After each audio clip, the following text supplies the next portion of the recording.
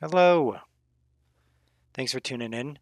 Today's video we're going over some Kitless rollerball slash ballpoint pen making. And I'm working on two pens today, though I won't be showing all steps for both pens. Now I like starting with this section. It's the kind of fiddliest bit and takes the most steps for drilling and whatnot. I like to start by facing off the end. And this is a newer material to me. I took a little while to get used to the hardness of it. As you'll see here, it likes to chip out. So got to be a little slower since I'm not using a negative rate carbide tool, at least for this square cutter. But we're starting off with a 10 millimeter diameter tenon, and I do need to get a tenon cutter. In the meantime, just got to cut these by hand and stop and take measurements consistently. Now, right now we're almost 2 millimeters too wide, so we'll just keep working this down slowly. You do get quite a bit of vibration even with this collet chuck and even with just a little bit of material sticking out, but it's really not too bad. You just gotta take your time and go slow and light with the passes.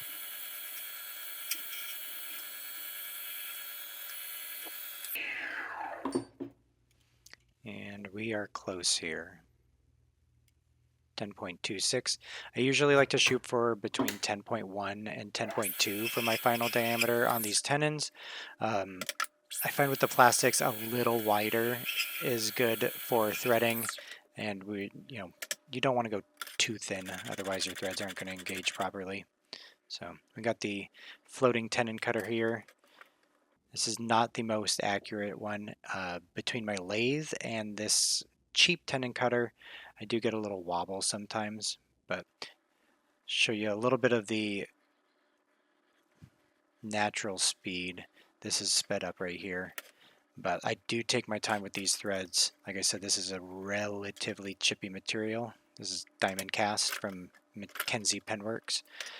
And I like the hardness. It polishes really nice, holds threads really well, but you do got to be careful with those threads because they can sort of chip out a little bit and leave a rough finish.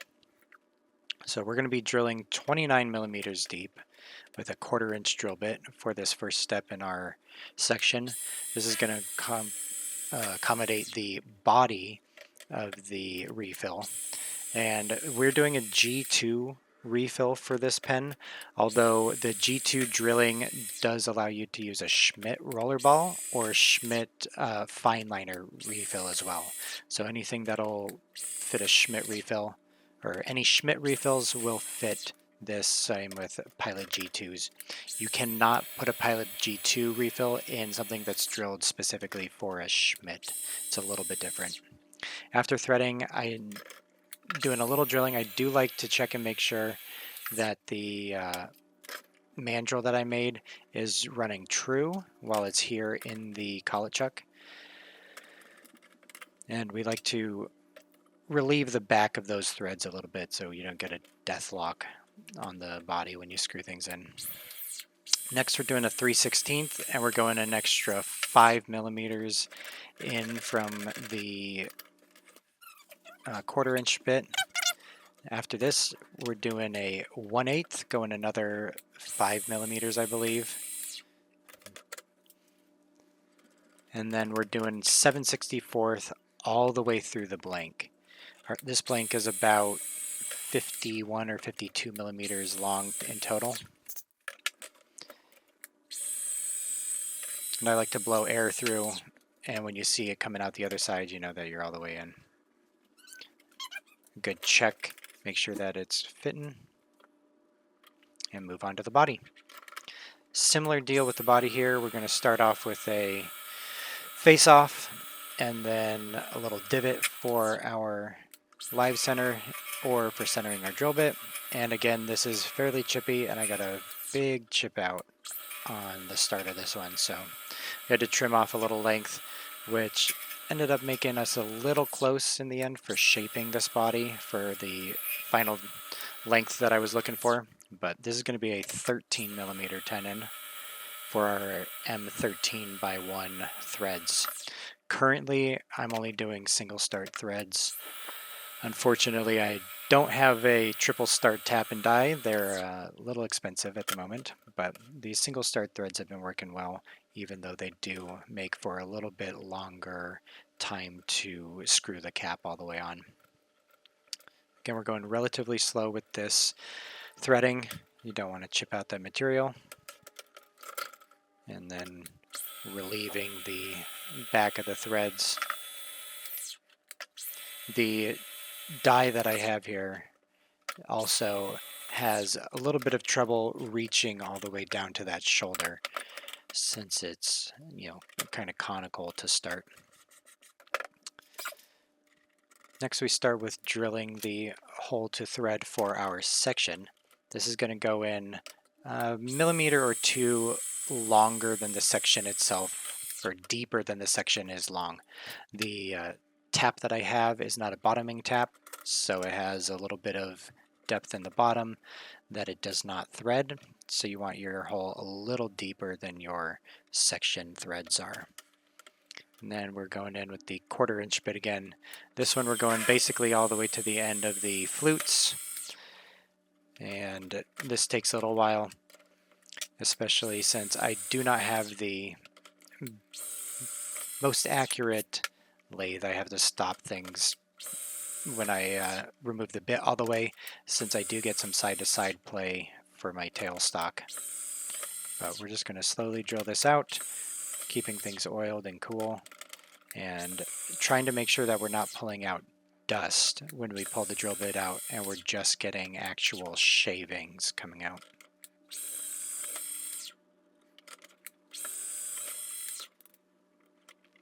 And then when we get close, I really like to stop and check a few times.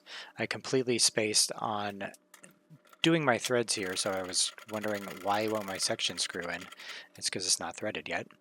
But we're really close on the depth, so I'm going to stop there where I'm at, and then go ahead and thread this so that we can double check and make sure that our refill is not going to be loose in the pen body.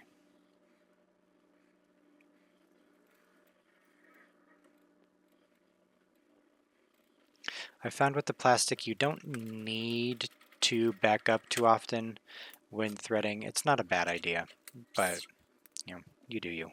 It was a little slippery here, so needed a little extra help from the towel to get grip. And as you can see, we were a little short, so we're gonna just shave out little teeny bits until we have that perfect fit. You want it snug to tighten, but you don't want it tough to tighten. We don't want to be squishing our refill. Now, I did do a little work off camera for this. I kind of messed up some steps on the blue cap, so we are looking at the metallurgy is the name of this blank cap. But what I did off camera was make another 10mm tenon on the end of the cap that is not going to mate with the body. And what we're doing here is we're creating a little finial that will cut off and flip over to screw into the end of our cap to sandwich the clip between the finial and the cap. So we're just using the same 10mm tenon, 10 by 1 tap and die to make this hole and finial. I'm just taking our time, threading this nicely, and clean things off. Do a little chamfer on the front, make things easier, and I do apologize about the focus here. I was focusing mainly on making things rather than shooting a video. But we're just going to part this down, and I like to get close and then finish off with a jeweler's saw, especially for these finials. Leave that little nub so that we have something for our live center to dig into. Then we're going to face this off. Make sure we're nice and flat. A little point for our drill bit, and then swap out this die holder for our Jacob's chuck. Go on 9mm drill bit. Plenty of oil, keep things nice and cool. And we're just going in I usually go about the same length as I go in for my tenon, or for my section.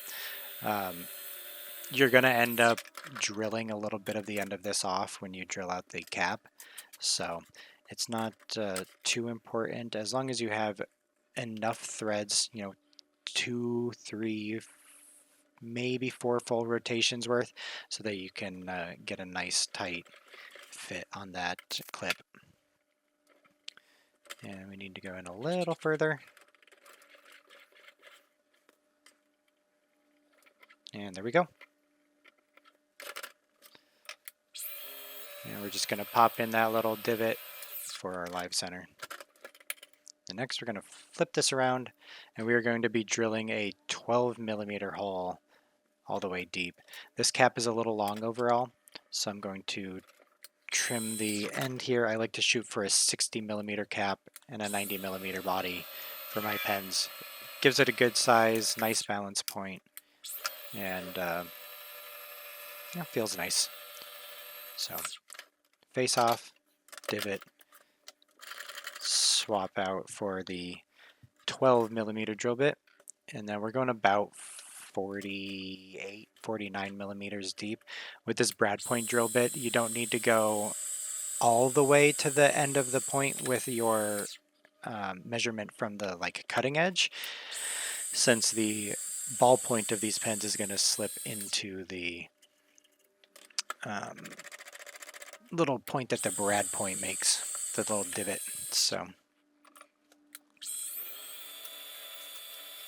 going to relieve the inside of the hole, make it easier to slide the tap in, and we're going to slide our M13x1 tap into our Jacob's chuck and tap this out.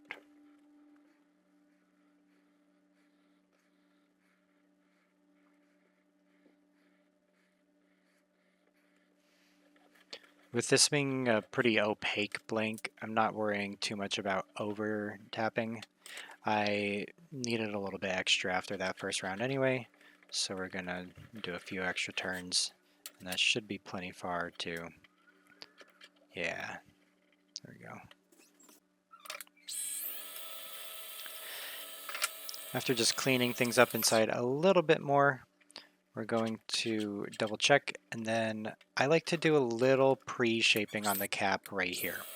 It can be a little difficult getting into this area once you have it on the mandrel, and so I like to bring things down to close to final dimension or to final dimension here, and then I like to give this area a little polish now before having to try to squeeze things in between the mandrel and the cap while we're working on the mandrel.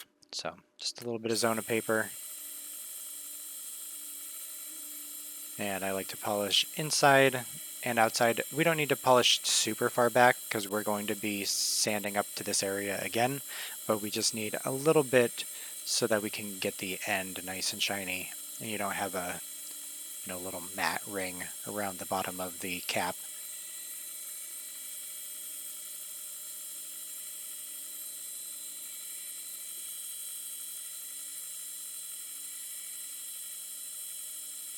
This zona paper is really nice. It's only 6 grits and does a great job polishing, especially these harder acrylic-like ones. These DiamondCast blanks are a little harder over than the Lumalite ones that I've done in the past. So, looking nice. Look how shiny that is. Hasn't even been plastic polished yet. This did have a little bit of a death grip, but I'll get that cleaned out.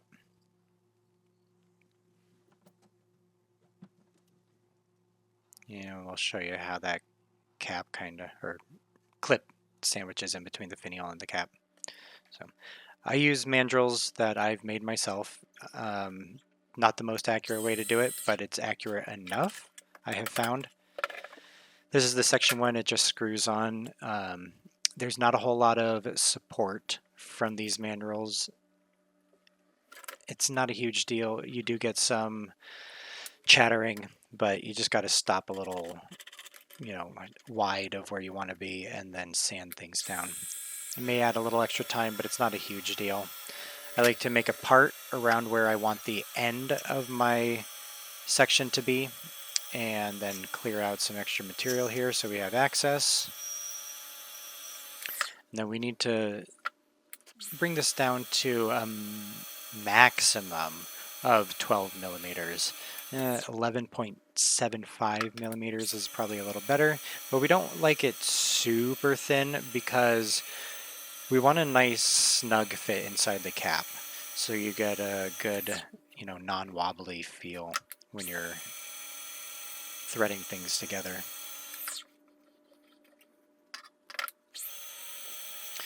Again, this is a relatively hard resin, almost acrylic-like hardness, so it does like to chip out. With this non-negative rake square cutter, I need to be very careful, and that's why you see me using this negative rake round cutter sometimes as well. I really like the square cutters though. They're just a little bit easier for me to keep, consistent depths and a nice smooth surface. We do want to try to use tailstock support as long as we can, but we do eventually need to cut that little nub off so that we can access the full front of the section. I like to double check my measurements every once in a while and just slowly keep working this down. This is currently about 500% speed, so about 6 times faster than regular speed. It gives you kind of an idea of the time that this takes.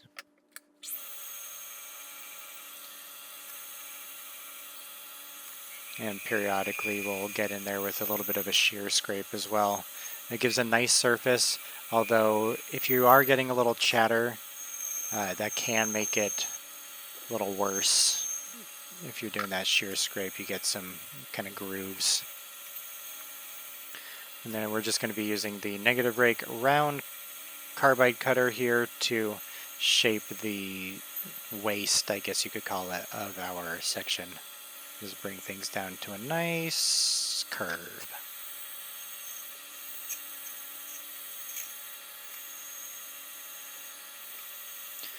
I really like this sort of hooded, shouldered nib or section. It is definitely a little bit more difficult than some of the more like cone-shaped sections, but I think it's a much better look. And this is the most nerve-wracking part right here. You have to go real slow.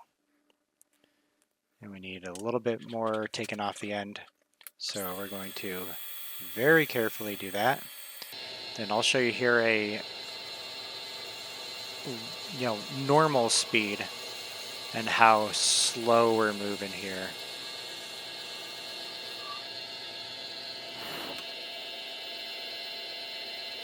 You're taking this exceptionally slow and exceptionally lightly for these passes. My very first section, I did have a corner catch, and it exploded into 3 parts. Luckily, I was able to find them and glue them back together, but I have not had that happen again. Hopefully we can avoid that in the future. And I think we're close enough there to finish off any other shaping with sanding. Yep. So I went a little wide in giving myself extra meat to sand off for this clip. Future ones, I'm not going to give myself, a 1/2 millimeter, probably closer to a 1/4 millimeter or so that I don't have to go too coarse on my sanding grits. But we're just going to slowly remove material and taper down this cap until we have a perfect, I think it's 13.6 millimeters diameter right at that seam between the finial and the cap. You can see that demarcation there while we're working. It would be nice to be able to line that up and have things match, but I'm not too worried about it. I would prefer to have the clip and the non-matching finial than the non-clipped cap personally.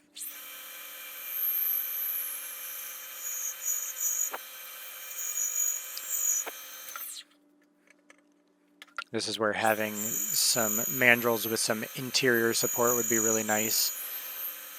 I can definitely do that. It just takes a little bit more work for making the mandrel.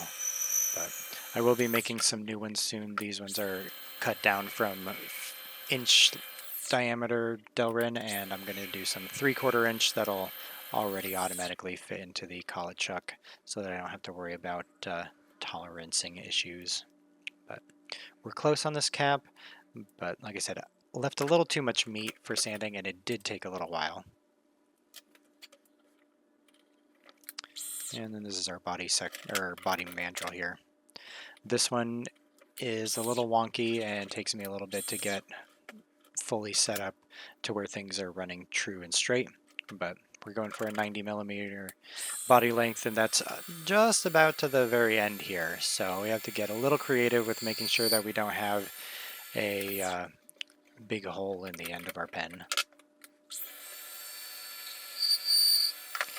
And as you can hear by that lovely sound, we do get a lot of chattering with this setup. I just need to get or make a mandrel that's got that interior support. It's just a little tough doing it by hand on a wood lathe, since it's tough to keep that perfect 1/4 inch diameter along the, 70mm length that would need to be.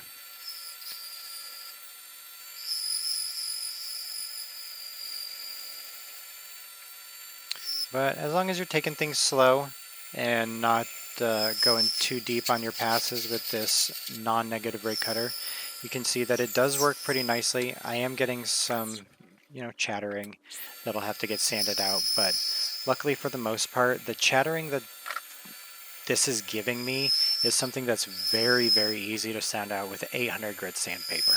So you can still get a nice smooth finish relatively quickly without having too many deep scratches that you have to worry about for polishing.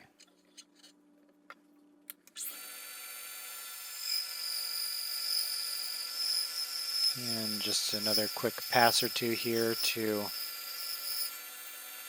slim things down a little bit. I'm not looking to make this a postable pen.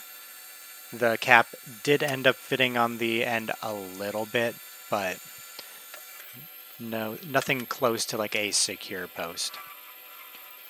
And then just to get rid of the divot from our live center, we are very carefully using the corner to kind of dig things out. And then we'll try to sand that. And we'll move on to sanding.